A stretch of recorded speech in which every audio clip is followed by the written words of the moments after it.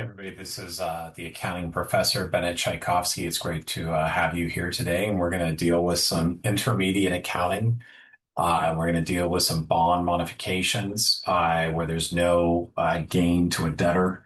So let's go ahead and take a look at this. So my disclaimer and copyright notice is that the information and opinions in this presentation are those of myself and not my employers or affiliated organizations, including but not limited to Irvine Valley College in the South Orange County Community College District. The presentation is for educational purposes only and does not constitute any legal or accounting advice whatsoever. This presentation is copyright 2008 to 2026 by Bennett Tchaikovsky. All rights are reserved.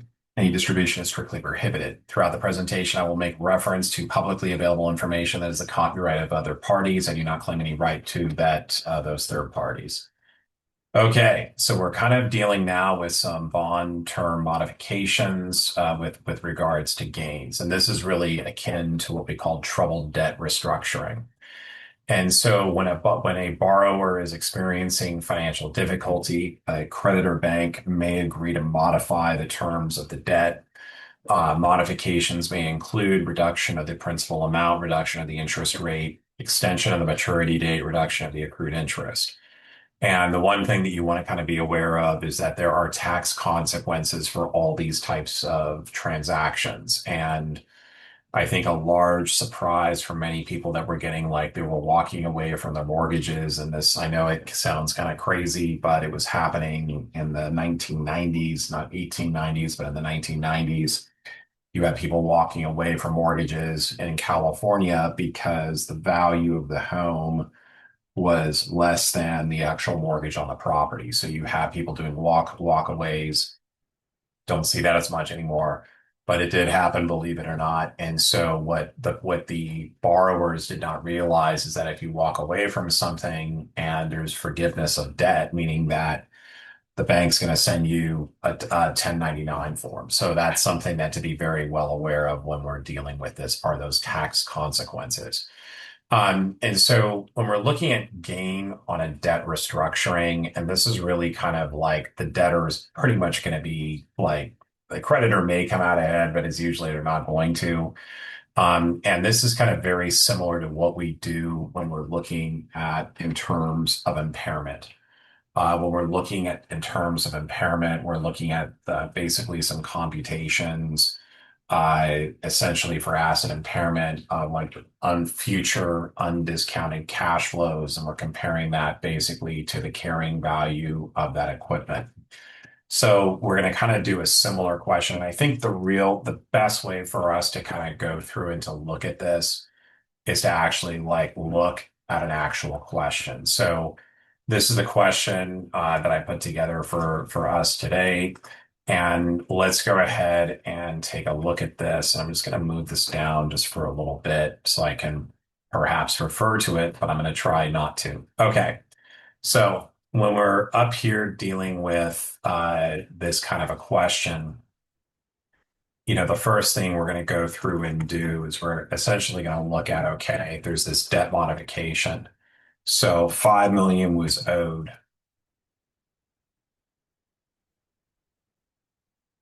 So 5 million was owed previously, and under the new terms of the agreement, okay, so under the new terms, basically what you're going to have is essentially it's now going to be the principal obligation is now going to be 4.4 million. Okay, and then the interest payments.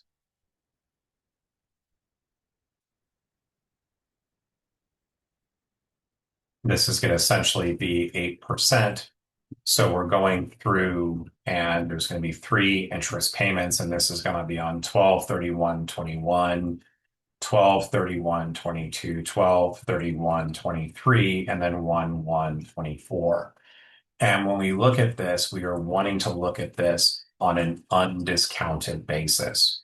So new payments are going to be 5,456,000. And basically because the new payments are greater than, or the 5.4 million undiscounted are greater than the owed previously, the debtor will not recognize any gain on troubled debt restructuring. Okay.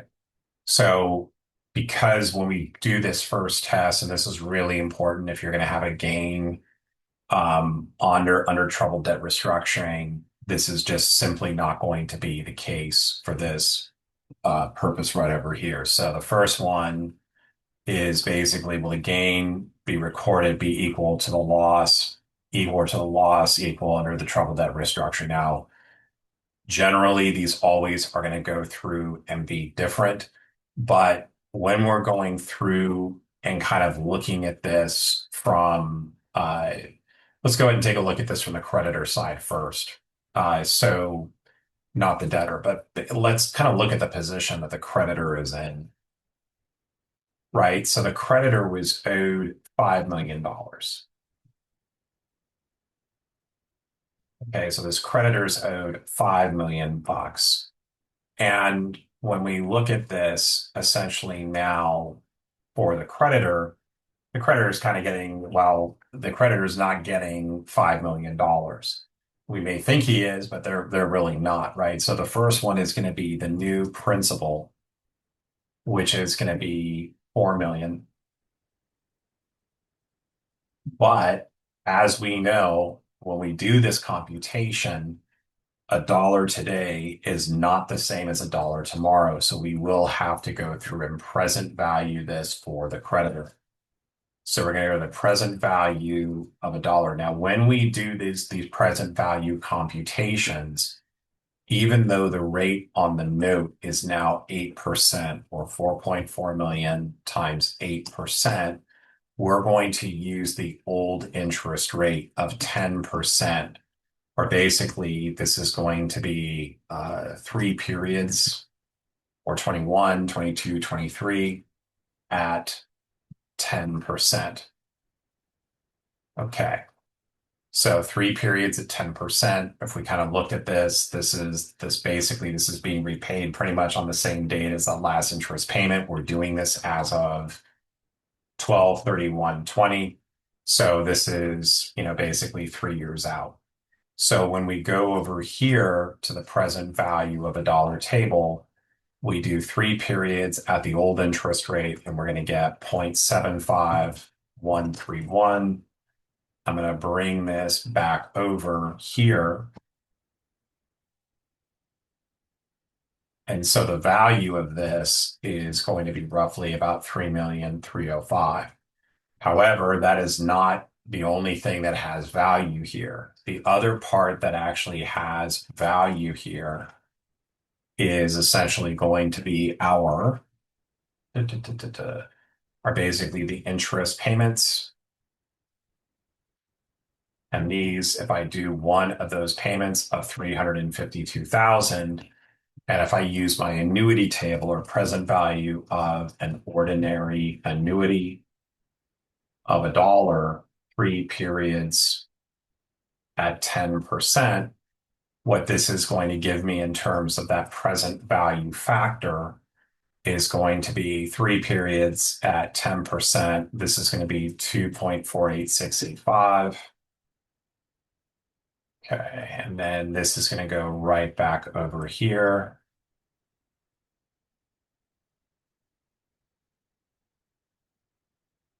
So the value of this is going to be 875,371. So the total present value of future cash inflows is going to be 4,181,135. So what we would call my bad debt expense, or basically my loss, aka bad debt expense, is going to be 818,865. Okay. Now what I want to kind of go through and do with you is to kind of say, well, how do we go through and handle like what do my journal entries look like under this new scenario. Okay, so the first thing we want to go ahead and do on 12/31/20, and again, this is for the creditor, this is for the person who loaned out the money. So from the creditor's standpoint, what we're going to go ahead and do is we're going to basically record bad debt expense. You could also call it potentially a loss. Again, I would kind of go through and refer to how many loans you're going through and doing. And this is going to go to our allowance for doubtful accounts. And this is going to be over here at 818,685 to record loss on debt restructuring. Okay. So when we look at this from a T account perspective, right? So we have this original, and this again, this is going to basically be for the creditor, it's going to be a note receivable. And this is going to be a note receivable. And at the same time, we're basically also essentially kind of coming over here and we're going to have this allowance for doubtful accounts.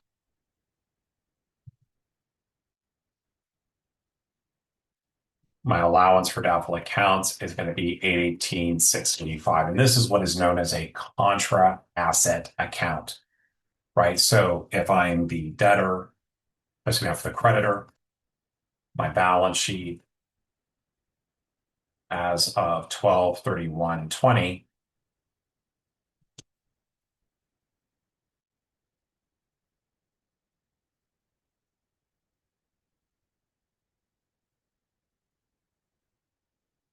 So my note receivable is going to be at 5 million less my allowance, ADA. This is a contra asset account. So my notes receivable net is going to be 4,181,135, which happens to go through and to kind of coincide basically with the cash flows. Now, the one thing we're going to want to kind of go through and do, if you kind of think about our goal for this exercise, is that I'm ultimately going to want this allowance for doubtful accounts to basically get to basically 600,000. So when I do go through and receive that payment, that final payment of 4.4 million, then that's what I'm going to be going through and recording at the very end. But until that time, we're going to need to go through and to make this recording into the allowance. Now, the one thing I want to tell my students is that this is kind of like some like messed up stuff for me to be going through and putting on an exam. This is Irvine Valley College. I tend to have a little bit more of a kind heart. I do want you to learn it, but if I did put this on an exam, it would be in the form of an extra credit question. So don't stress. You have plenty of enough to stress in terms of what I've already put on there for the modification of a bond or, those kind of fun things. So this would be an extra credit type question. So with that Zen feeling in mind, let's keep on going. So what is this? What's actually going to be happening? Well, my note receivable carrying value, right? And this is, so my note receivable carrying value is roughly going to be 5 million basically over here minus the allowance for doubtful accounts.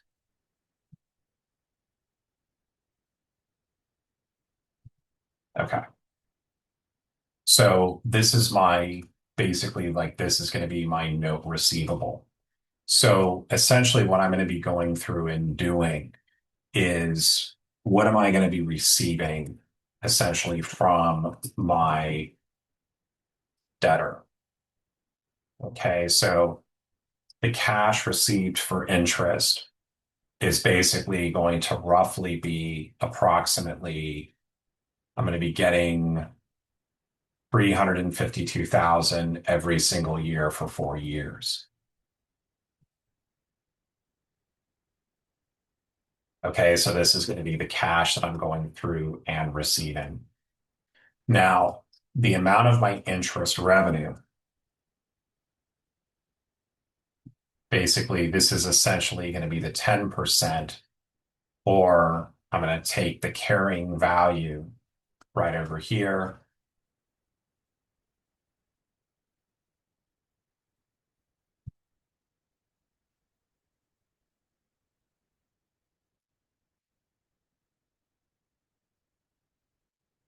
My interest revenue. So my interest revenue.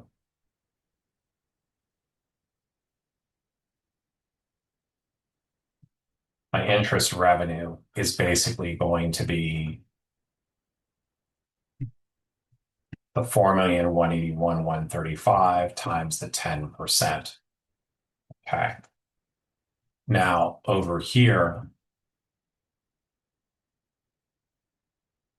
right, the difference over here is basically going to be going to my allowance. And this is going to kind of be in line with what I kind of shared with you. Our overall goal is we wanted to get this number in the allowance for doubtful accounts. Essentially, we want to go through and get this down to roughly 600,000. So I'm going to make an allowance for doubtful accounts adjustment essentially over here for the difference between these two amounts. Remember, I want this allowance for doubtful accounts to get down to 600,000. So I'm going to be going through and debiting this amount. So when I go over here and I'm doing this journal entry for the creditor, right? This is not for the debtor, but on 12/31/21, I'm going to be debiting cash because I'm receiving the cash for interest. I'm going to be crediting interest revenue over here for 418,114. And my difference here is going to be my allowance for doubtful accounts. And this difference here is going to be at 66,114. So I'm going to go ahead on 12/31/21. My allowance for doubtful accounts is basically going to be adjusted here. So now my ending balance in the allowance for doubtful accounts is going to be 752,751. So coming over here to our next, okay. So now my new carrying value is going to be 5 million minus 752,751, or 4,247,249. As we can kind of see, we're trying to get this carrying value built up to that 4.4 million. Let's go ahead and do the next year. So we're going to do the same thing. My interest revenue is my carrying value times the old rate.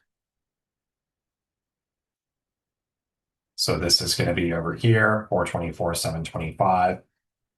My allowance for doubtful accounts adjustment is going to be 72,725. So my ending carrying value is now going to be, actually, we'll do that in a second. Let's go ahead and now do 12/31/22. My interest revenue is at 424,725. My cash is never going to change, but my allowance for doubtful accounts is now basically being adjusted by that dollar amount. And we can now kind of put this in here. So my ending carrying value after the payment of interest we receive on 12/31/22 is basically now going to be 680.26. Okay, so right over here, or we can say, well, if we take 5 million minus 680.26, I get 4,319,974. Okay. No, I went the wrong way.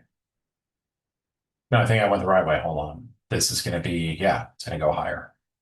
So this is now going to be 5 million minus 680.26. Remember, we want this to get up to 4.4 million. Okay, So my last one here on 12/31/23, cash is going to be the same, but what about the interest rate? Well, if I take 4,319,974, multiply it by zero point 0.1, I'm going to get an interest revenue of 431,997. Over here, that basically means my difference is going to be my adjustment to my allowance for doubtful accounts. Okay, and then this really kind of puts me in 12/31/23.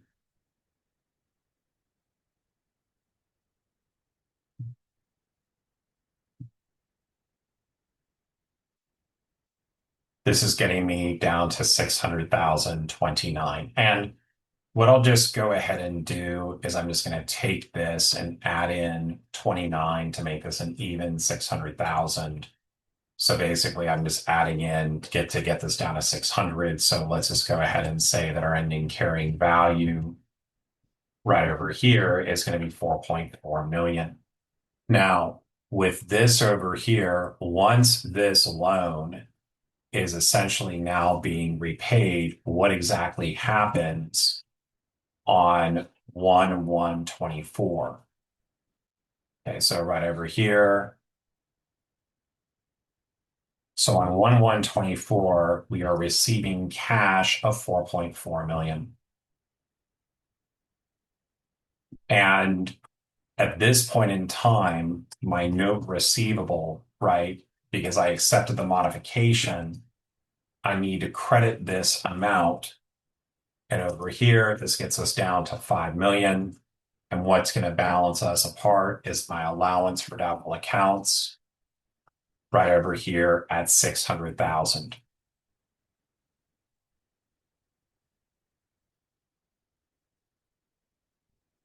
And so again, this kind of keeps in line with a lot of the different things we're saying. We need to show the loss immediately. You basically, in this kind of a situation, we want to go through and recognize all of our losses. And then as we are kind of going through and using the old interest rate to basically use as the present value factor, this is really going to dictate the amount of the loss that we're going to be kind of going through and receiving, right? So, and then this kind of goes through over here. We've got our carrying value, which is really the difference between the note receivable, right? And I'll just kind of go through and finish out this chart for us over here. But if we look at what's happening with the note receivable, this is going.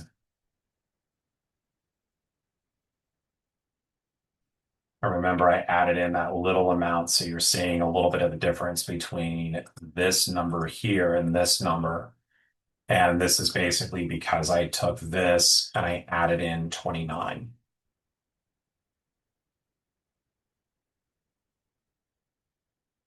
Just so I can make this seem, basically round this a little bit nicer to get down to that amount. So my carrying value over here. Okay, so, and obviously as the creditor on my balance sheet, non-current asset comes, probably you want to call it a current asset because it is going to be paid as within around like 1 year, but technicalities, right? But again, you would want to be kind of calling it, maybe we're getting closer to, this is definitely a current asset because it's going to be 1 day after we're going to receive it. Probably would call it a current asset with the right disclosures in it. But again, it's probably technical. I would probably leave it as a non-current, but I would make sure I'm disclosing, well, it's going to be 366 days. Okay. So that is from the creditor's perspective. Again, if you're taking my class, this will be an extra credit question. So, I'm not a crook. Richard Nixon here. I promise I won't mess with my students in this way. This is pretty messed up. So just give me one moment, and then we're going to look at from the side of the debtor. Okay, so this next one over here is we're going to be looking at basically the side of the debtor. And when we're looking at this, because we're not recognizing a gain on trouble debt restructuring, rather we're looking at this as an existing modification, basically going over here, basically through for the note. What we are really doing is looking at a modification of the interest expense. And the one thing I believe I've done for you to get the numbers to kind of go through and work is that I'm putting over here is that assume that the interest expense in future periods, and I think that the amount that I came up with was, let me find this, a 3.164%. So let me just put this in here. So assume that the interest expense in future periods is 3.164. Prepare the interest payment schedule of the note for Savalas Inc. after the debt restructuring. So let's go ahead and do all of those basically like those different payments. Okay, so right over here, basically my note payable presently has a value of $5 million. Okay. So basically what we're going to go ahead and do is we're looking over here that, and this is as of 12/31/20. On 12/31/21 or 12/31/22, 12/31/23. And again, our goal is to get this note payable balance down to 4.4 million. So that on 1/1/24, this is down at 1.1. So let's kind of go through and see how we're going to go through and make that happen. Because again, with this, we're not looking at this as any kind of a game where we're actually going through and writing off this. We're looking at this as an interest rate modification. Okay, so my note payable balance right over here is at 5 million. Our goal is to get this down to 4.4 million. Right, so we want this to be 4.4 million. So right over here, my cash paid for interest.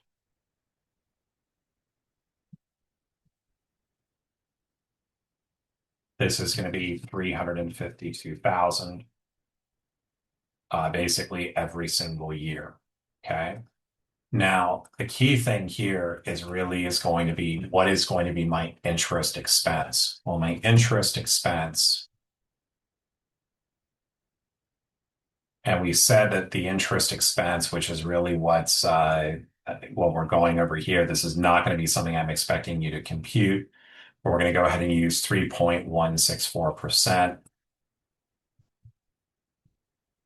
So basically, my interest expense is going to be the amount of the note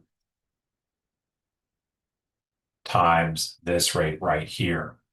Now, when we're looking at the interest expense, we kind of look at this as a journal entry right on 12/31/21.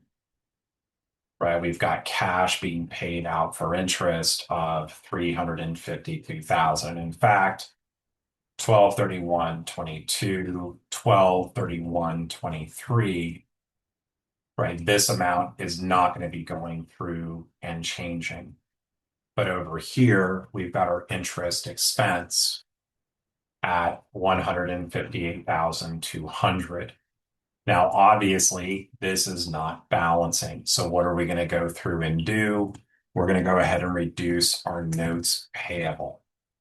So the difference between these here is going to be 193,800.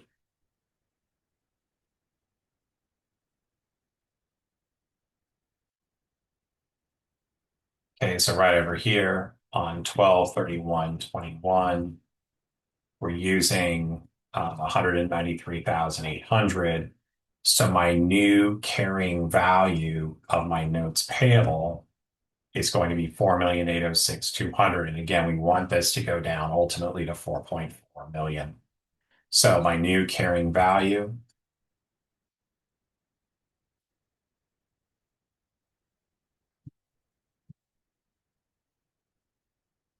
is 4,806,200. So for the next year, cash paid for interest is not changing.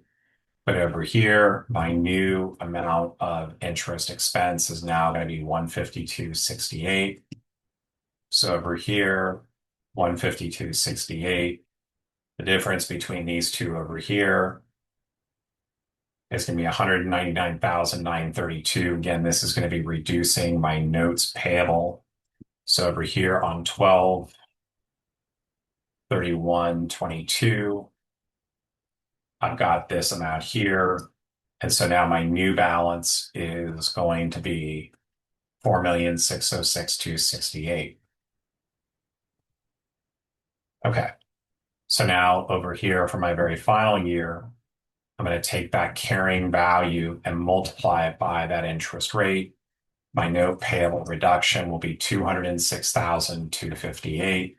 So on 12/31/23, and when I come over here,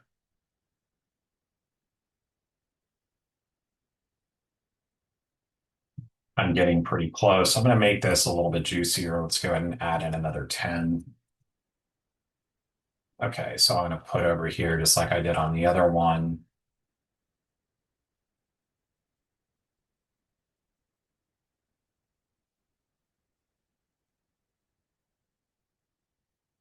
Okay.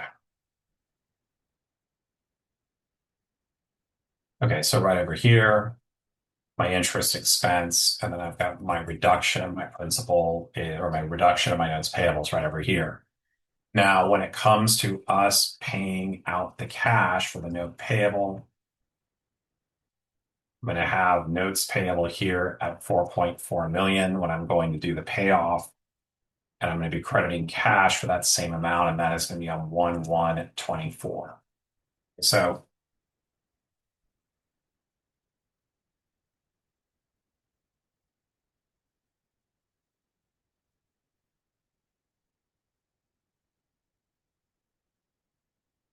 okay, so this is how we look at kind of like a modification. Again, the first thing you're going to go through and do is look at it on an undiscounted basis. This is very familiar, very similar to what we would be doing with asset impairment. That's going back to intermediate accounting one, but we're looking at things on an undiscounted basis because the new payments are greater than what was owed previously. We're not going to recognize any gain whatsoever. Rather, it's going to be an interest modification. Now, what you can kind of see here is that, wow, Bennett, like, how were you able to come up with 3.164%? Well, I can tell you right now, I kind of just, you plugged it away. If you look at one of my prior lectures, it's basically about what's going to be making those payments equal to 5 million. But again, don't worry about that part of it. And again, it's one of those things where, in terms of like the computation of it specifically, and I can kind of tell you it's like the way I might just do like a separate video on this, but can you go through and do it? And I'm just going to share with you really quickly this screen here. But this is kind of showing how this is kind of going through. Really, what you're trying to do is to get to the total amount of I guess, of the present value is equaling around to about 5 million. So this is really when you got those interest payments, and that's where I got the 3.167. But you've got this implied interest rate now, and this is something that I'm not expecting you to go through and do on an exam. I would need to give you that value. I'm cruel and mean, and I'm an evil man, but I don't think I'm that evil. Well, maybe some days I am, but other days I'm not. So let's just kind of go through and look at this. So the first thing is we've got it is going to be a debt, well, basically a modification for the debtor. Now for the creditor, the debtor is the one who's borrowing the money. For the creditor, they're going to be getting hit essentially with a loss. And I started with that one specifically because this is really like, I think this is the harder one because you have to go through and basically do the computations with the present value using the old rates. But we're basically recording a loss on bad debt via bad debt expense. And then as we're going through and doing this, we are going to be going through and recognizing that interest revenue. And we'll be recognizing more than what we're kind of going through and showing. But again, this is kind of basically to reflect, part of that loss being, we want to recognize the entire amount of the loss. For the debtor side, right, we're taking that note payable, we're looking at the amount of cash being paid. And when it comes to interest expense, that's why we need this new rate, right? That's really the most important part of this. We have like that new interest rate that I will be going through and basically giving to you. So let me see if I didn't answer any of these. Will the gain be equal to the loss recorded by Fargo Wells? Like, so there's no gain for Savalas. So the loss is by far more for that creditor. Can I record a gain of the loan term modification? Absolutely not, because the actual cash payments are greater than the amount that was owed. Assuming the interest rate that I should use to compute interest expense, prepare the interest payment schedule for the note. That's really what we were kind of going through and doing down here, right? So this is essentially the journal entries we would be going through and making. Prepare the interest payment entry. I did them for all of them. Exciting. Did more work than you asked me to. What entry should they make on 1/1/24? This is basically the interest that you're making to go to repayment. And then what rate should Fargo Wells use to calculate its loss on debt restructuring? Be 10%, compute the loss, which we did, and then basically do the recording for the interest. And again, I went through and did more than what was actually required because I think it's more important that you kind of see the whole thing coming through. So that is some trouble debt restructuring, and we're going to come back with another video where there's actually going to be a gain. How exciting. But remember, if you're taking my class, this is all going to be for extra credit. If you're not taking my class, best of luck to you. It sounds like this would be given on a lower division, New York University Stern accounting examination. And I'm not kidding you. Have a great rest of your day, and I will see you on the next video. Have a great one.